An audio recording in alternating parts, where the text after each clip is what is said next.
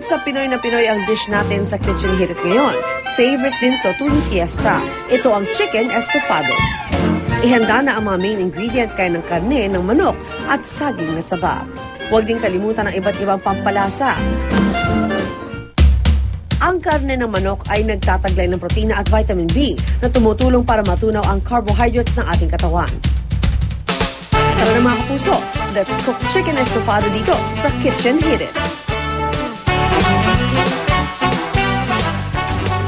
Ang bango-bango at para iluto ang masarap na putahe na yan, kasama natin si Trisha Fragante. Chef, good morning! Good morning. I must say, naglabasan yung mga tao dito kasi naamoy nga nila napakabango, di ba, Igan? But anyway, okay, anong uunahin natin? Kasi nakita ko kanina nag-marinate na ako. Marinate ka na. Ano ang nilagay mo? Naglagay ako ng toyo, suka, asukal, onion at garlic. Pero kalahati lang ng onion and garlic. Kasi ipiprito natin yung chicken. Ito, nagpiprito na ako. Sige nga, pakita natin. So pagkatapos may marinate, ng gano'ng katagal ang pag-marinate natin? 1 hour. Kailangan naka-refrigerate kasi chicken yan. Oo. So 1 hour, pwedeng overnight din ha? Pwedeng para overnight. masasarap talaga. Okay, and then? So pagka-prito, isi-set aside natin siya. Okay. Tapos, dito natin isosaute yung natirang onion and garlic. Sige, magsaute na tayo. Tapos, ilalagay din natin ng chorizo. Kasi di ba, ang team natin ay pang Pasko. Yes. So, ihalo lang natin dyan.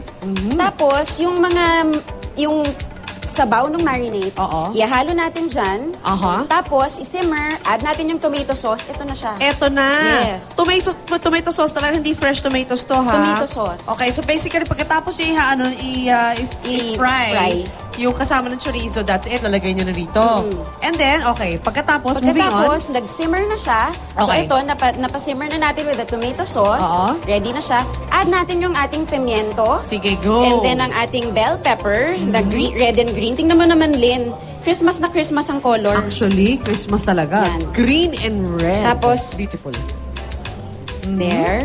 And then, we also have our olives.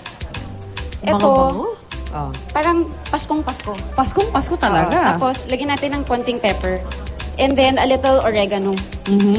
Pag-simmer.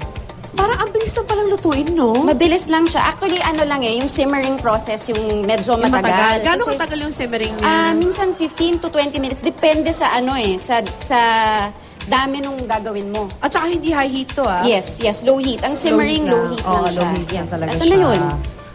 Tapos yun na yan. As in, luto na yan. Yes. Tapos, kailangan natin nilagay yung banana. To decorate it. To decorate lang siya. So, kailangan saging na sa lutuin mo na siya on the side. Yes, okay, so, eto na po ang estofado, chicken estofado. Nga pala, magkano gagastusin natin sa chicken estofado? Sa chicken estofado, per person, mga 49 pesos each. 49 so, mga 400 pesos? plus 6 to 8 servings. Oo. Uy, sarap! Sarap. Winner talaga siya. Maraming salamat, Chef Trisha Fragante.